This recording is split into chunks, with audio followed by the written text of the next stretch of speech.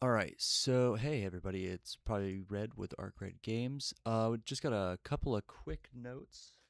Let me get my little notes out here real quick before we begin.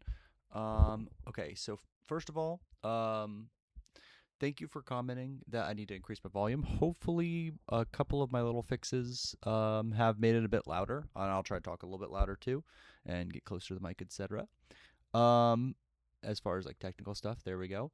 And then there's some three really cool things to note. There's a YouTuber called Surgical Ninja, and they just had a new video about not this video, but uh that's Good Time Society's video, but they had a video talking about what they think about like the Kickstarter so far. So I thought that was very interesting. I'll leave a link in the description. And also here on this page, the rules of the game are like available for download, which I haven't read through them yet. Probably should have, but that I'll probably do a little video soon about like just kind of reading through the rules and comparing it to the quick learn how to play and seeing what the differences are. I've learned a couple of things since, at least like as far as I know. Like but I'll have to reference the rules to make sure. But there's some pretty cool stuff in there. Um, I've learned a couple cool things, and hopefully they're in there, right? And then today, oh yeah, one more thing. The oh yeah, a huge thing actually. And this is gonna change up kind of like the way I'm doing the set review slash first look kind of thing. There is almost, from what I can tell, almost every single card is now on their database from the Founders Edition. Now, an important note is that I think it's like I don't know the exact number, but it's like 160 out of the 200 something cards are going to be in the Founders Kickstarter Edition. And then they're going to release more cards. And I still don't know if Apex will be like if they're waiting and then releasing the Apex cards then or in a later set, because from what I've understand, their Apex isn't in this set at all. But so let's see. Yeah, so there's tons of new cards to look at. So go check that out when you get a chance. And when I do my review, I'm probably gonna I might sort it by rarity. I'm definitely gonna sort it by like faction, and then like, or I could do like type. I could do like bosses and fighters, and or maybe bosses, fighters, and weapons, and then tactics and responses on a second one. Or I could do it by rarity. I'm gonna get a couple options here just to make the videos like not 3 hours and stuff like that. Yeah, so there we go. That's some quick notes before we jump into it. So this will be a later video going over the rules and stuff. Now that they have the rule set, I'm going to print that out and kind of give it a look over and stuff just to have it on hand. So let's go ahead and close this. Okay, so these are our two packs. This is the Shifter Boss Pack and the Survivor Boss Pack. And those are available on the Kickstarter under Ways to Play, I believe. And then reference my other video to see how to access that. But we're going to jump right into it. We're going to start with the Shifter Pack. And in this pack, we're just going to do it kind of like we're opening the pack and looking through the cards. We're going to set this to 200 and kind of center it a little bit. Oh, I forgot that has kind of a scroll lag a little bit. Maybe not 200. Maybe 175 is where we're going to go with it. Yeah, sorry. There we go. So you can kind of see what we have. We're going to start out with our boss, which all the bosses are common rarity because one comes in every single pack, I'm guessing. Or yeah, like I said in a previous video, they might be doing like different rarity bosses, but I'll have to double check on that. I don't think they're going to, but we'll see what future sets hold. Oh, and there's also three, from what I saw on the preview, there is three bosses for every one of the four factions that are in the Founders Edition set. Okay. So let's jump into it. So we have Charlotte Nightbringer, 17 health shifter boss with a subtype of spider. She's got a 3 token attack cost and 2+ damage. Okay, so when Charlotte defeats a fighter, you may remove that fighter from play linked to Charlotte. Only one fighter can be removed at a time this way. If the linked fighter is replaced, put it in its owner's discard pile. Okay, and Charlotte has all activated abilities of the linked fighter, and adds its attack to her base attack. Okay, that's that's pretty. This is a little bit more complicated than we've seen from some of our other boss units. Like this has got a lot going on. There's definitely some interesting combinations you could have. Um, like we have an example right here with one of my favorite common cards that we've seen with Zani.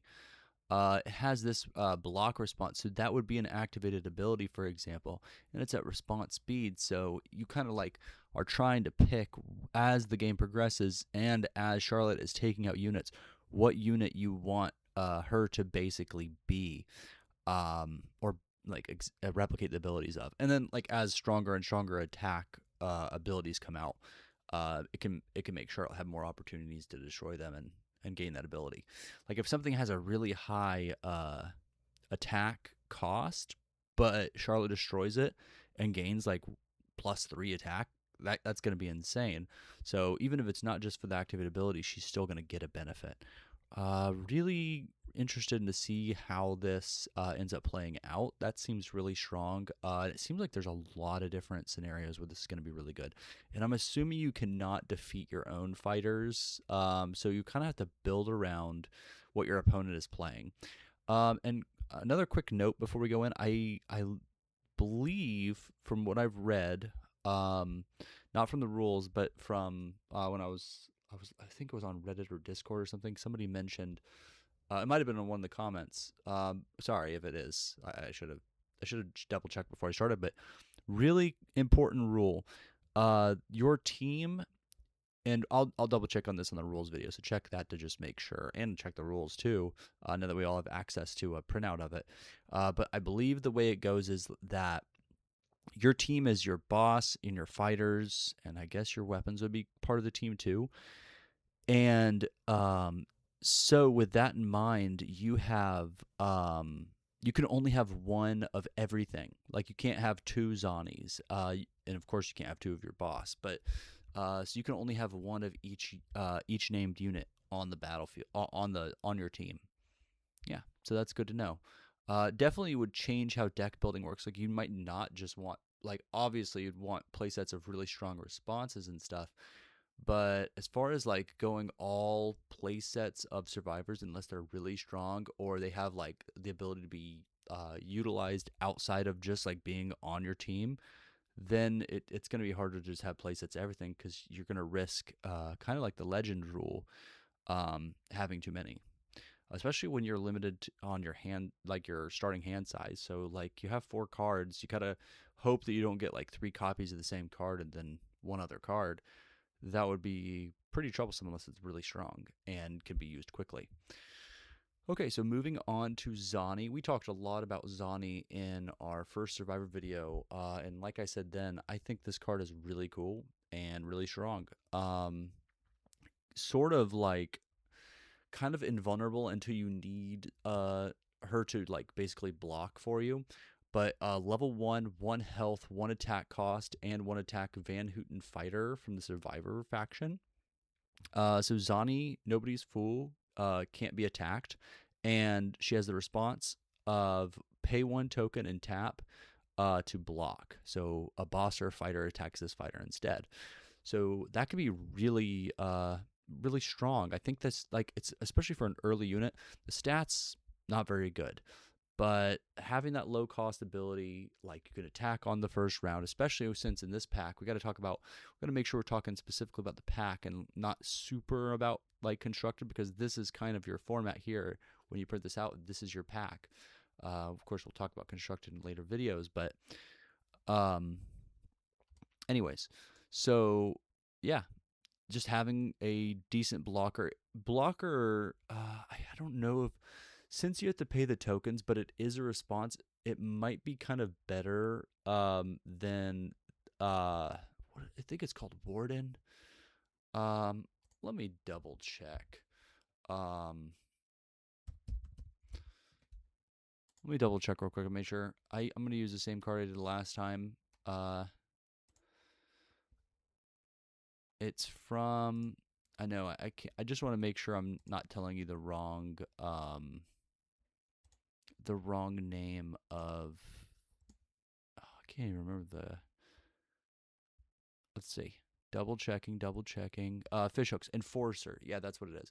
Okay, so it might be block might be better than enforcer, especially with Zani because they just can't attack Zani, and you always have that block ability, so you can choose which attack you absorb. So if it's not going to be something that's going to take out your boss or your fighter, you can just wait. And since it's not like a high impact attack, you don't have to use Zani until like after your opponent's out of actions for that round, and then they'll untap at the end of that level, and then they'll untap at the end of the level anyways. Now, we're gonna move on to. Oh no, I'll tell you when we switch to uncommons, especially if I remember. But we're still on commons, and this one is a response, also from the Survivor faction, and it costs 1 token. So Stay Hydrated is the name of the card, and it says target boss or fighter gains 2 health. I'm not sure how strong this is going to be. It can't. It's sort of a life gain ability, and sometimes those aren't that great. But this is a different game, and it's still early, and it's also it depends. Like since it's what you have in a pack battle, it might be kind of like just this exact card you need, or at least you'll be able to make use of it in a pack war style battle here, one pack battle. So I don't know. It can like if like next round you want to attack and you've already attacked with that unit, and then they on board they can destroy it. Giving it that extra 2 health so that like if you're gonna go first next round and then you get to do your attack, it can be pretty useful in certain situations just to keep your stuff alive. But I don't know how good Stay Hydrated is gonna be. Okay. Oh, and this one. I didn't like when I first saw this, I wasn't like super taken away like by it.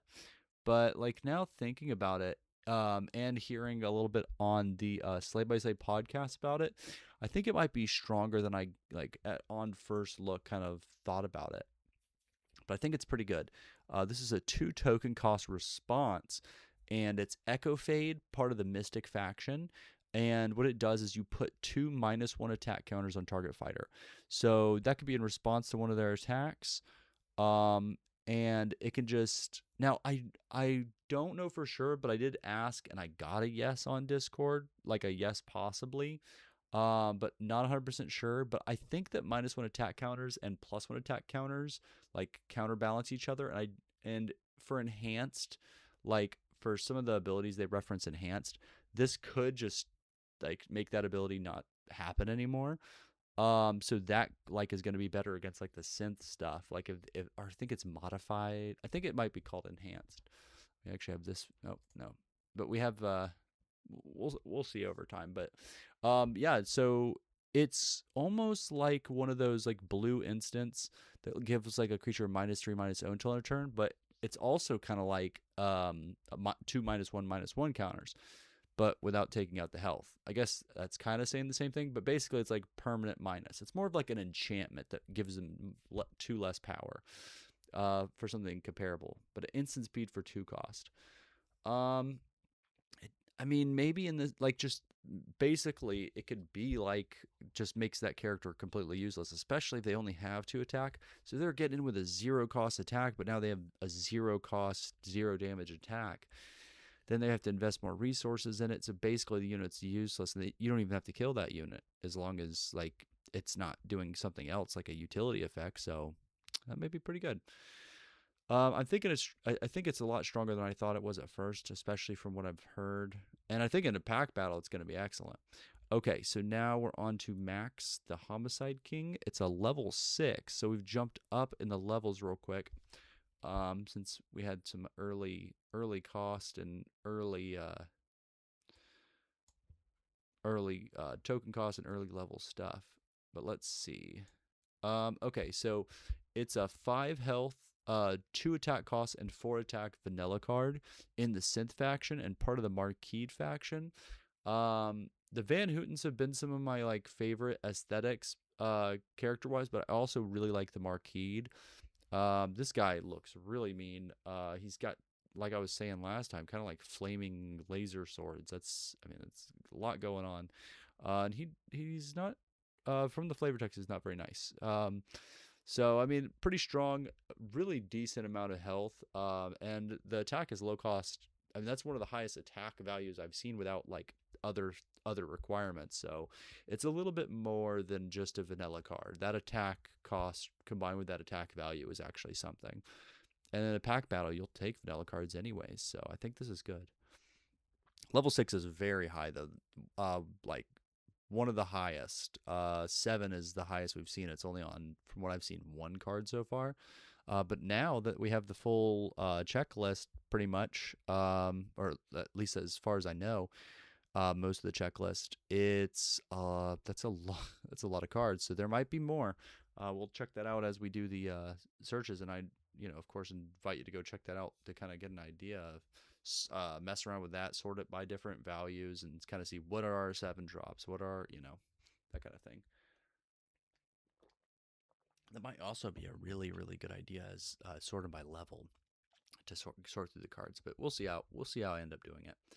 Okay, so then Detta Quickener is a level 2 Mystic Fighter from the Odds faction.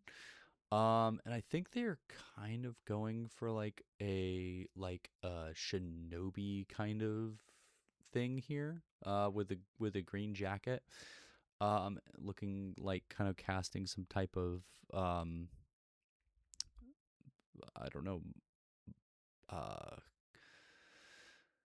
some kind of ability, but okay, that's just what I think they like. The aesthetic it kind of reminds me of, and it kind of works because there's also in the same faction you have like the sensei card, and then the sensei's pet that kind of reminds me of Robin. But we'll get to those. Like very cool aesthetic.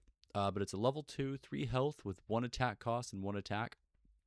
And when Detta becomes phantasmal, target fighter on your team gains 2 health.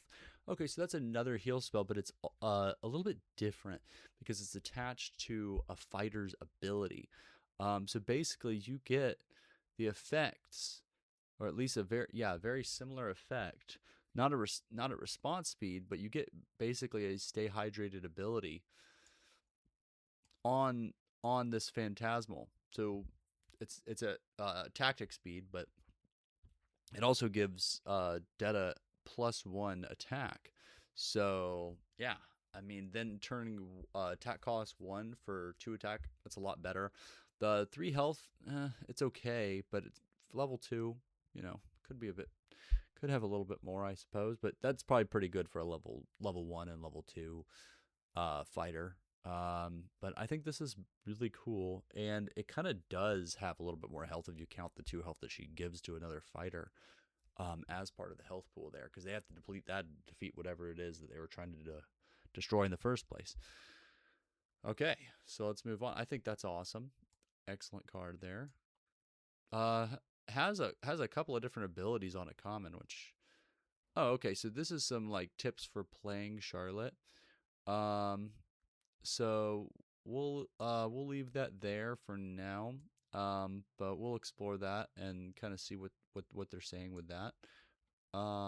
At in another, well, like we'll just let people read it as they play and kind of see what the designers intended for like tips for when you're playing. Okay. So we had Vigo, the Sharp, and one of the other packs, which is cool. This is I had to double check which packs I opened because I was like so freaking out about like accidentally going through the same pack again. But I'm 99.9 continuous percent sure that this is the pack I didn't open. Okay. So Vigo the Sharp is a shifter fighter. I'm pretty sure Vigo is in the same spot too, but it's a common, so I get like that it can happen in a couple of packs. It just happens like that. But level 3 with 3 health. Ooh, 3 health. Okay.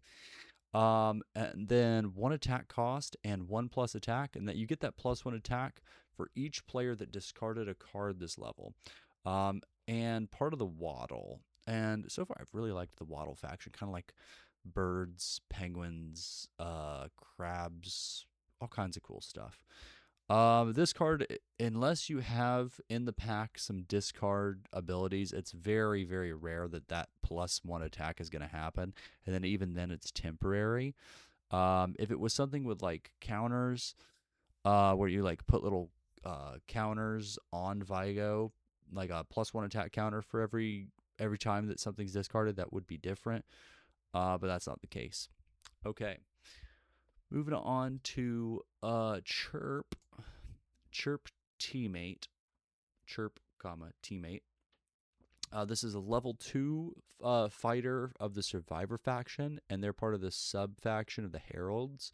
And they have 2 health with a 2 attack cost and 2 attack. So 2s all around.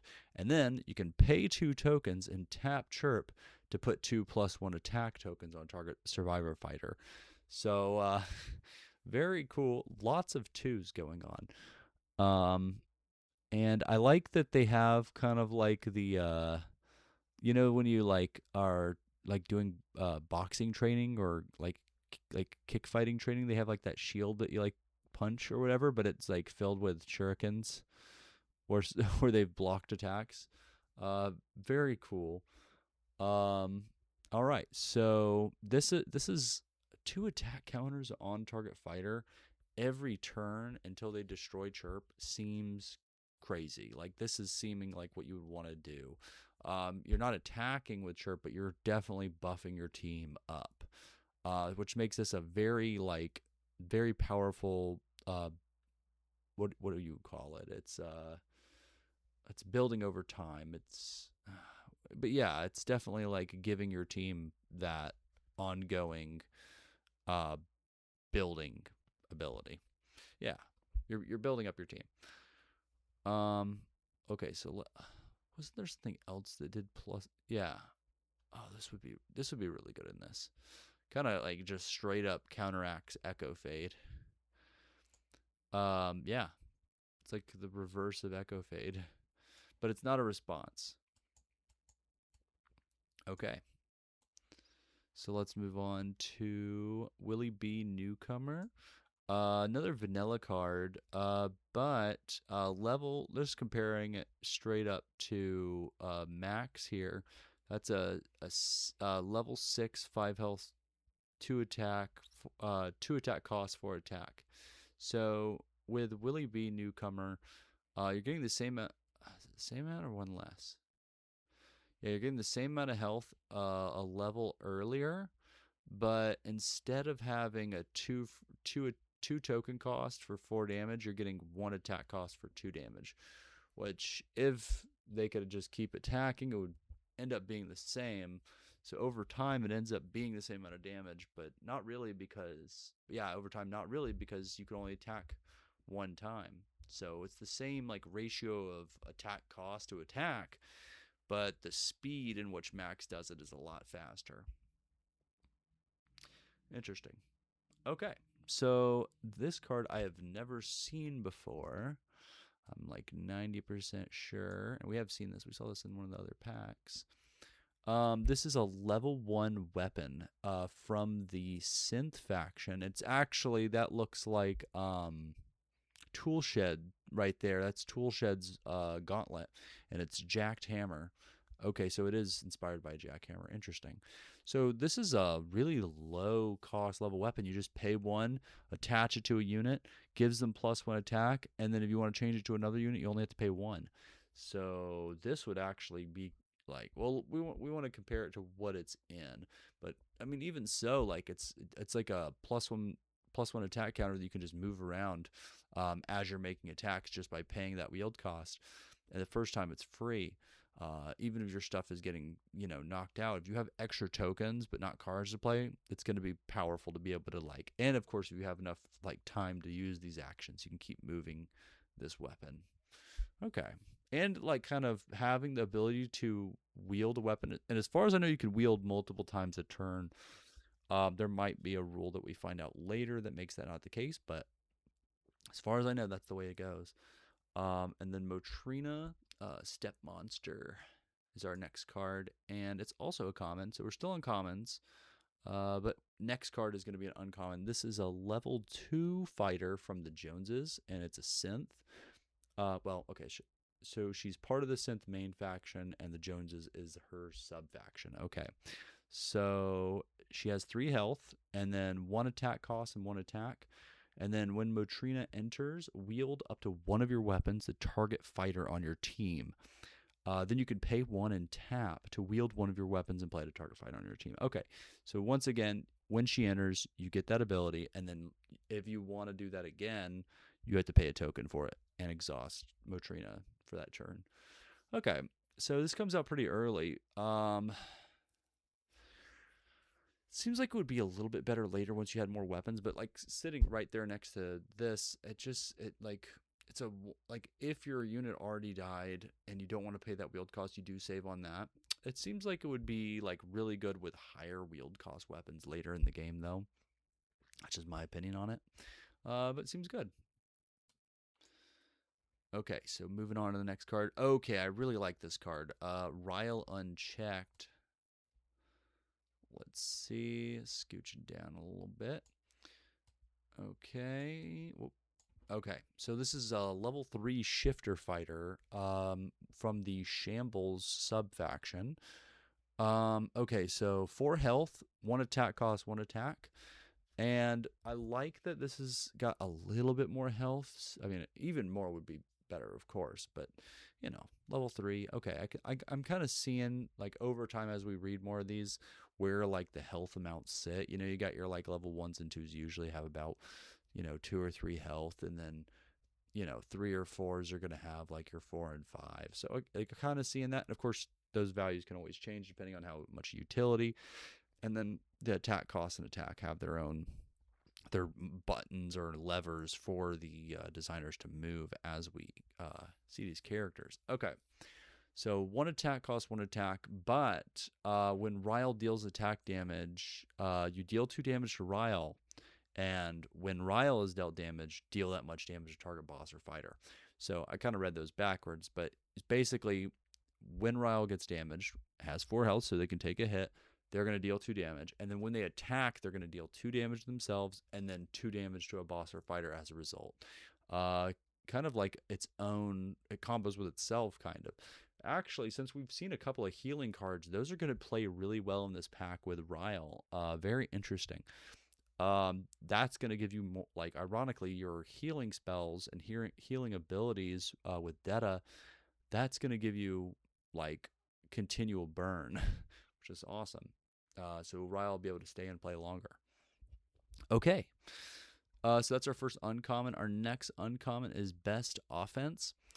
This is a 3-cost tactic, and it looks like this individual is punching a turtle guy, but they cannot get through the turtle dude's skull because he's super strong.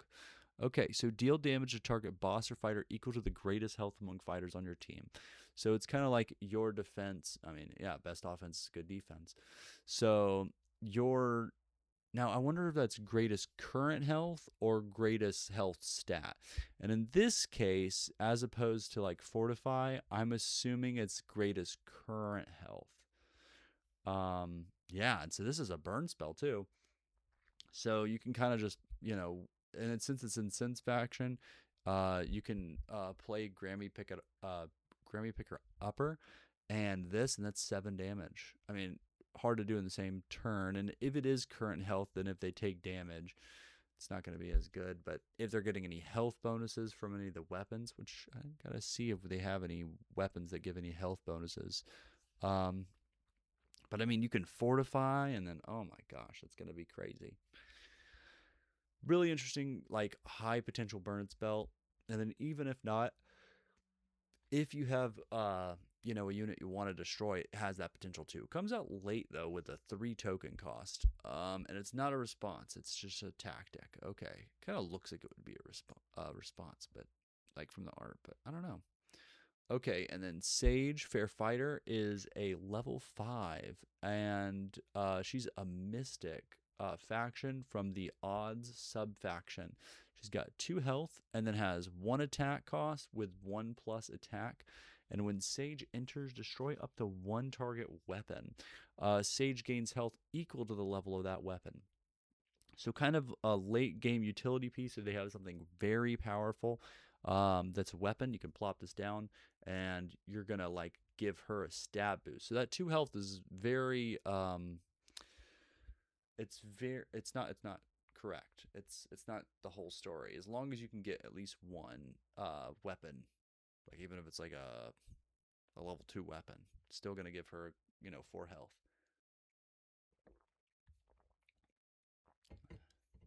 It's very deceptive. That's the word I was looking for. Yeah, so the 2 health is deceptive.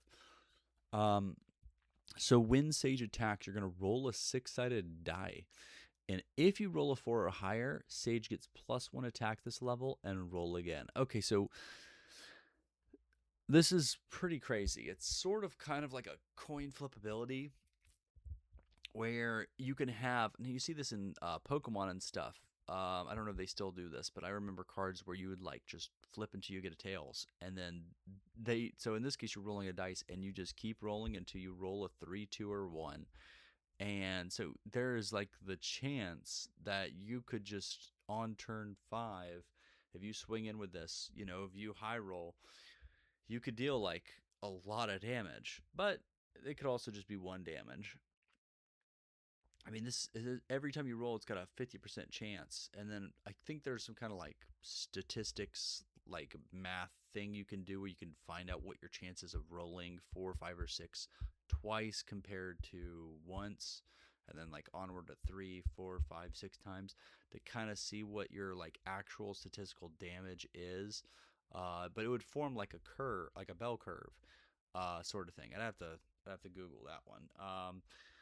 Not sure what the term is called, but you get the idea. It's a probability thing where you can kind of see like what is like the statistical chance of her dealing 1 damage, which I guess it would probably be pretty close to 50%. And then like, but if you average in like anything that is like whatever 1% or more chance of it happening, or even if you go like as far as like if it's within 5% chance of happening and then add all those up and divide them, then you may be able to see like what the actual damage is. Almost kind of like if you've played the Pokemon TCG, where like there's the Misty's ability where like you can keep getting water energy and you like keep flipping coins. Seems kind of like that. And otherwise, the stats on this are pretty bad. You're also relying on your opponent playing a weapon, unless you're using your weapon. Like, or if you just have a few weapons for just in case, like some high level, like level 4, level 3 weapons that can just make sure, like, you build them in, hoping you're going to destroy your opponent's weapon and gain that health, but just in case to make sure Sage happens. Um, from what I understand, they don't like to have cards that are like, now I don't know about Mothership Games, but Wizard of the Coast does not like to do in tournament play high probability stuff, but they do like including it in the set. I don't know if they're going with that for this format, or that's the intention, but this seems like it has the potential to be pretty powerful, even if it's like the odds aren't necessarily in your favor.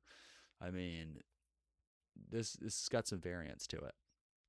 I mean, you could deal 100 damage. You're never going to need to, but if you're attacking a boss, I would want to see what are the chances of you dealing like 10 damage, 15 damage. Like, it's very unlikely, but I wonder what it is. I want to try to put that into like some kind of science calculator later. Try to figure out how to do that. And then our rare for the pack is Cat 5. It's a level 3 survivor fighter from the redacted sub faction, but main faction is survivor. And they have, it looks like they have like batons that they're using as weapons.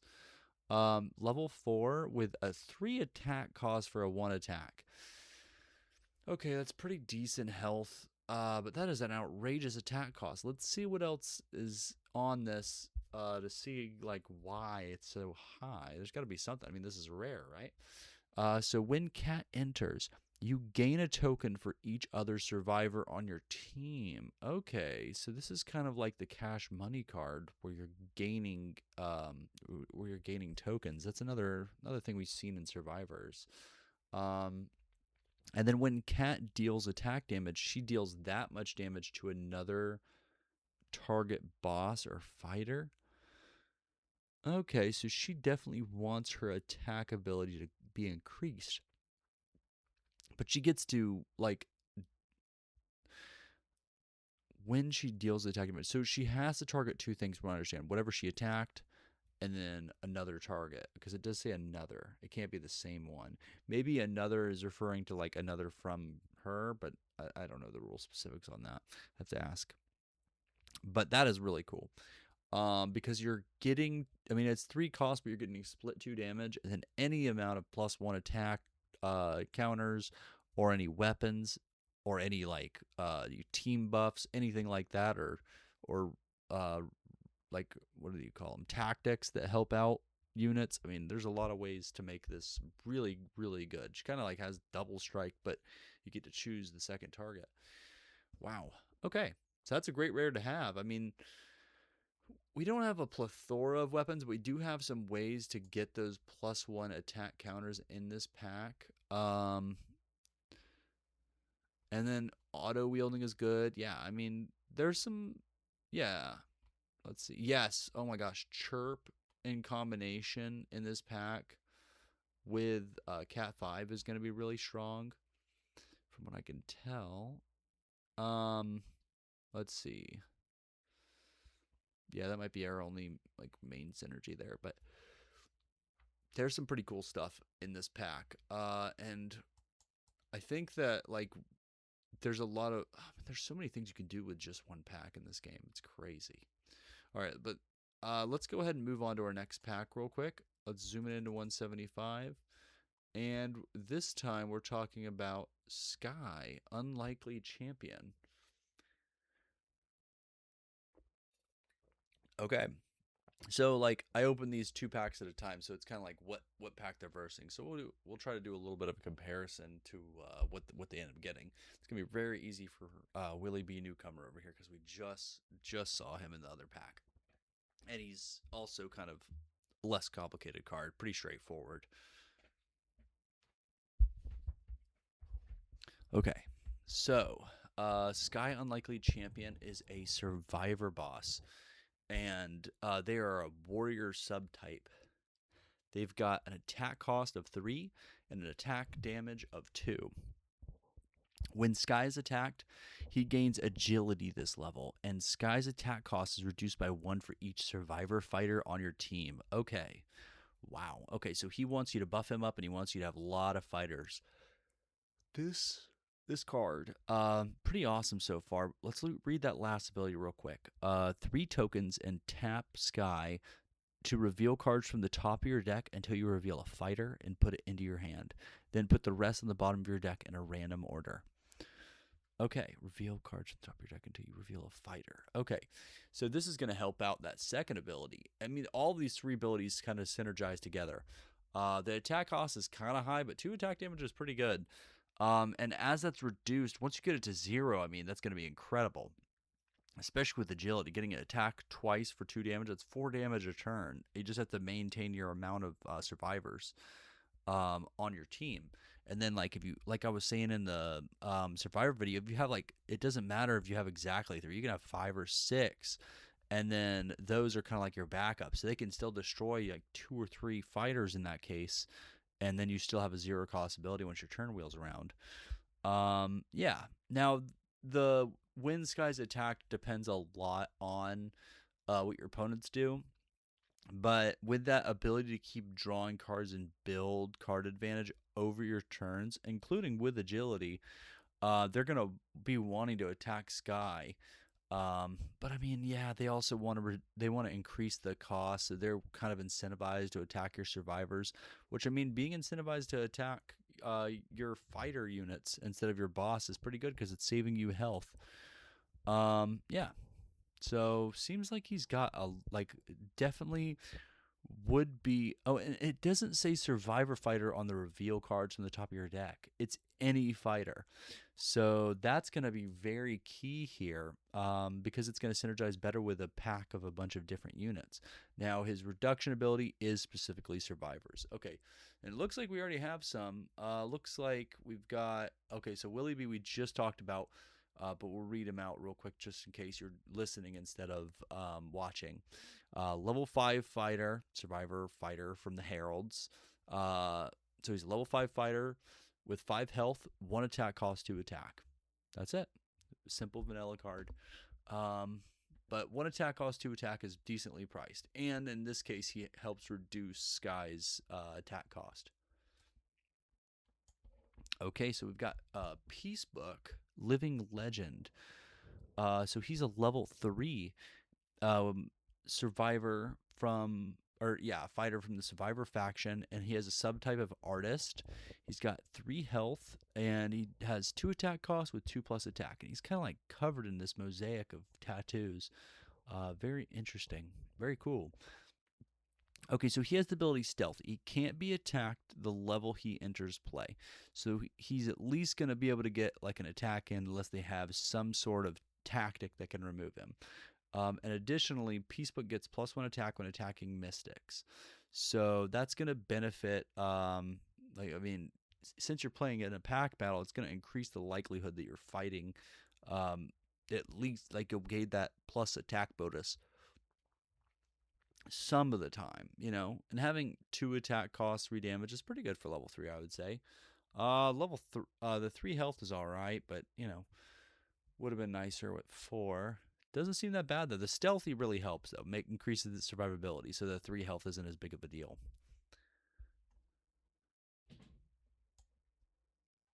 Okay, so let's move on. We got another vanilla here. We got Skell, Nimble Adversary. It's a level 1, survivor fighter with 2 health, and they have a 0 cost attack and 1 attack. That's really important for getting in early damage and then continually being able to attack. Then you're also having that reduction in cost with Sky. So that's going to be great. Early on, attack cost reduction. And then since Skell has a 0 cost, you can just attack every single turn until they decide to deal with him, which is going to cost them their action and their tokens most likely. Doesn't deal a lot of damage, but he over time he'll probably, like, over the turns, he has more opportunity to deal damage. Okay, so we got level 6. This is a survivor fighter called Just Elias Protector, and they are from the Heralds subfaction. Nice 6 health points with a 1 attack cost and a 2+ attack damage. Okay, so how do we get that plus attack? When Just Elias is at 3 or less health, they get a +1 attack. So it'll be a 1 cost for 3 damage, which sounds amazing. Very good deal. 1 attack cost for 2 is all right. The 3, that is a whole other story. We just read about Chirp, so we'll get to her in a second. But not only that, Just Elias has Enforcers. That's going to help him get to that 3 or less health. And also, it's going to save the rest of your team while that's happening. So he is like the size of a door. He's coming through. And he's kind of like, doesn't seem that frightened by all these javelins and glaives and axes and spike bats. Like, he's just kind of like, hey, how's it going? He's kind of like, what is he, tipping his hat?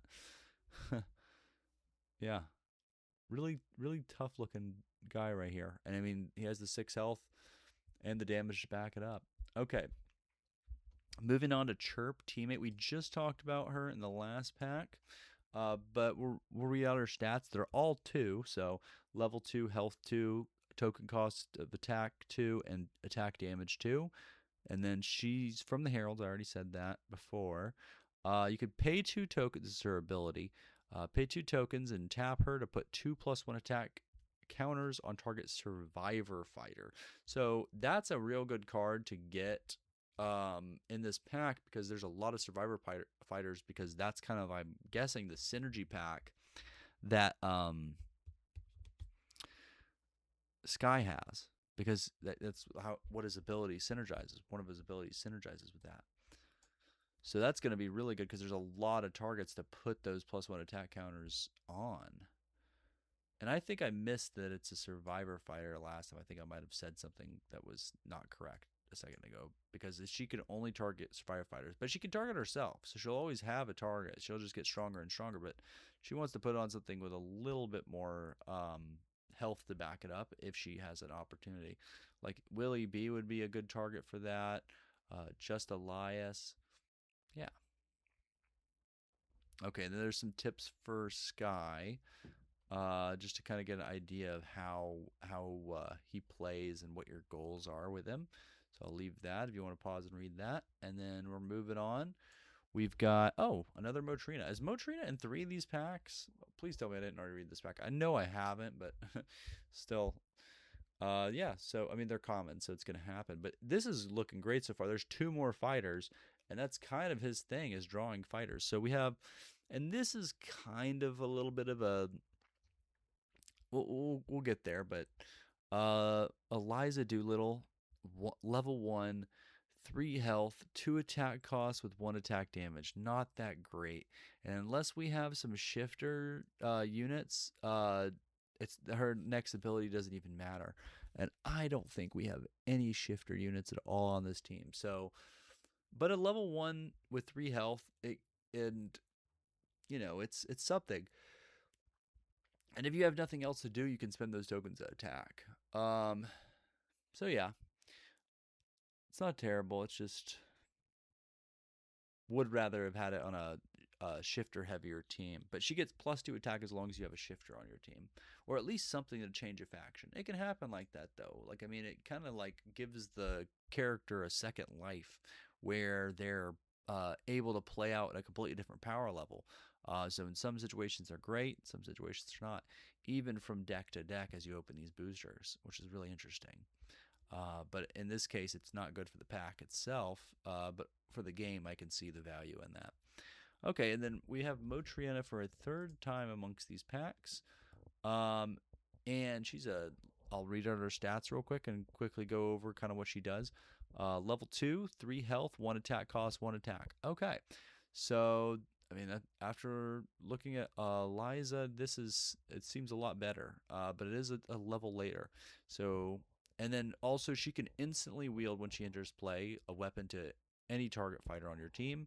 And then later on, if like you have big weapons and stuff that you need equipped, 1 token cost, tap, wield one of your weapons and play to target fighter on your team. Now, similarly to Eliza, I mean, this is a little bit better, but it also comes out a little bit later. But I haven't seen any weapons. I mean, it's kind of nice that there's just a bunch of fighters, but yeah, I don't know if there's any weapons in this, but we'll see. Okay, so then we've got Darby Straphanger from the Shifter faction. They're a fighter and level 4 with 4 health. And then they have a 2 attack cost for 3 attack damage. That seems alright. I mean, once it gets like level 4 and later, once you top deck this, it's going to be better than some of the other top decks you could get. So it's not that bad. 3 attack, it's better than 2 attack costs for 2 attack damage. I mean, and it's going to make some attacks, like attack damage in a little bit faster. And I think they mentioned what Evanescence means on the podcast when I was listening to it. I still don't recall what it means off the top of my head, but I'm assuming something like what's going on here. Like, is it turning it into a cloud? It's very strange. It's not like it's vaporizing it. It's more like turning it into kind of like a dream. Anyways, so this is a 3 token cost mystic response. Okay, so this is pretty interesting. You could do this in response to your opponent's attacking something, and then it's gonna destroy. Evanescence is gonna destroy up to 1 target weapon, and then you draw a card. So while this doesn't play any weapons, like if you need to like sift through the deck, just like cycle this basically and sack a weapon you're not using, and like you really need to answer to kind of like help you from losing or help you to win. You can't do that in this deck so far, and it's looking like it's not gonna happen. So we don't have that many cards left, but we'll see. But otherwise, I mean, this is a nice utility kind of like a sideboard, or yeah, like kind of like not a sideboard, but kind of more of a utility. Like it's not really it's more niche. Okay, But I mean, it's still for being a niche card. It's got a higher token cost, but that card draw is very nice. So you're kind of getting a 2-for-1. They're losing their weapon, and you're drawing a card. Excellent. Okay, so now we have another vanilla card here. It's a level 2, Burgess the Burrower Beneath. That's a cool name. I like the consonants. And then it's a shifter fighter from the Shambles. And they have 4 health with a 1 attack cost for 1 attack damage. Really tanky, and not like a super high attack cost, so they can get in, and that's pretty decent for a level 2, honestly.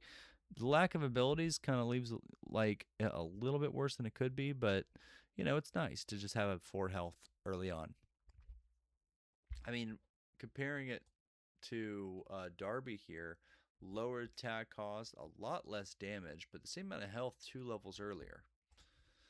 Okie dokie. So we got, let's see, we're at our uncommons now. This is Mr. Purple. Mr. Purple is a level 6 fighter survivor from Van Houten. He's got 4 health, and he has a 2 attack cost for 3 damage. Okay, so already sort of like a higher level, but kind of comparable, and at least in the attack and stuff, to I was just up there. Darby. Okay, cool. So let's see, and then they have a response power here, where they can pay 2 tokens and exhaust, and your team heals for 1. So everything goes up 1 health on your team. That includes your boss. So yeah, it's really good, and it synergizes with Sky, which is like, I mean, not only is it a survivor, it's a fighter, and it heals your whole team. You're supposed to be going like with a lot of fighters at the same time on this, so that can be really nice. And if you don't want to spend your tokens during your opponent's turn, you can hold this up and wait for them to do something that makes you want to actually activate that ability. But you have to make sure, if you want to consistently heal every single turn, that your opponents are doing something you can respond to, including attacking. Okay, now compared to Evanesce, I think this is much better and a lot less situational, because, and from what I can gather, most cases you're going to have a fighter on the opponent's team to be able to use this on. It's a 3 token cost shifter tactic, and it's called Push. Destroy target fighter. Wow. Okay, so just straight up destruction spell. Very, very good uncommon here. And just any like giant threat that you need eliminated, this card can do it. Okay, moving on to our last uncommon. I mean, this is just really good. Interesting that it's not a response compared to Evanesce. That is something of note, and it doesn't draw you a card. So in certain situations, I could see Evanesce having its utility. But this card is just more generally strong, I would say. It has a higher floor, but maybe a lower ceiling, but also maybe not. Yeah, the drawing of the card's pretty good on that Evanesce. All right, last uncommon. This is another level 6. Wow. Okay, so we have Nota Mutua Death Punch. Level 4, or no, level 4.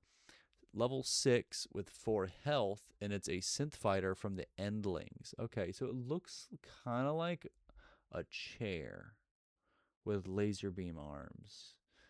It's kind of confusing what's going on here, honestly. I thought it was a weapon at first from the visual, but that might be its eyes, and that's a jetpack.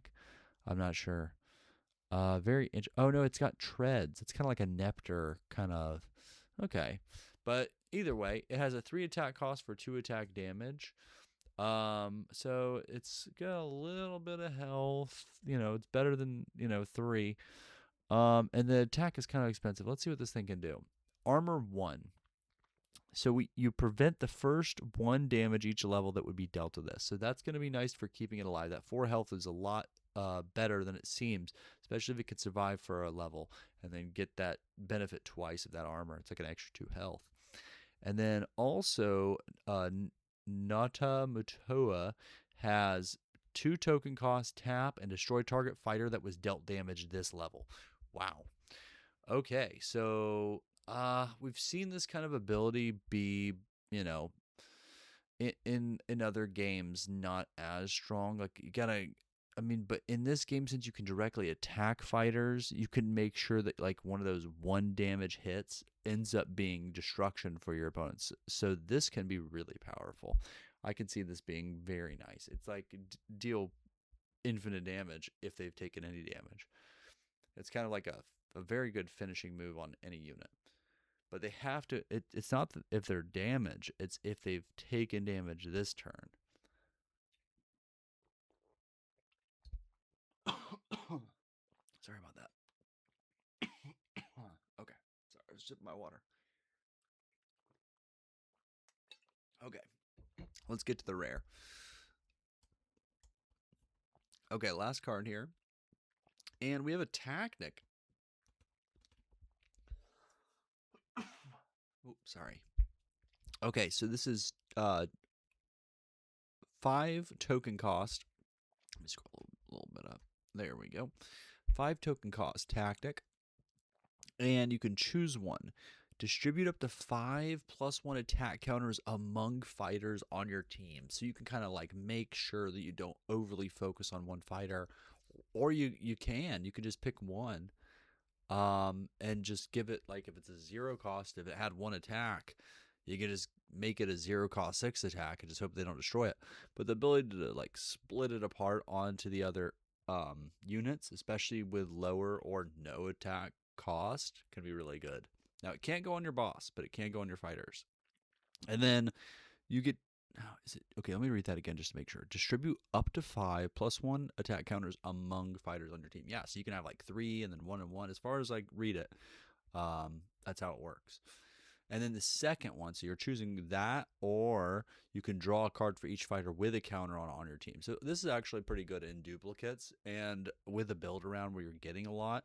But we did see we have a couple of cards in this pack with Chirp, and I don't know if there's another one off the top of my head, but you have ways of getting that as a benefit. I think you're gonna like, I mean, if you have Chirp out early and you've put enough +1 attack counters out, and then you end up drawing into roll call, that can be extremely strong. Yeah, yeah, you can basically refill your hand or better. So that seems like a really strong card. All right, so that is the video for today. Thank you for listening. I really appreciate your time. If you would, just go ahead and do me one more favor and like and subscribe. And we'll see you next time. I hope you. Oh, let me not switch that screen yet, but I hope you enjoyed these packs. Can't wait to go ahead and print them out, cut them up, and start playing. That's gonna be fun. Can't wait to play test these and kind of see how the game goes. We also have the rules to go over coming up. As well as now that we have all those cards spoiled from the set, like there's a ton more cards. It was like 90 something, like 94 cards. Now it's like 100, over 160. So it's like 39 from every single faction, not including tokens. So I don't know if I did that math correctly. Yeah, I think it's like 160. But anyways, let me double check. Yeah, yeah, or 150 something. But still, it's a very high number. Well, have a great day. Thanks.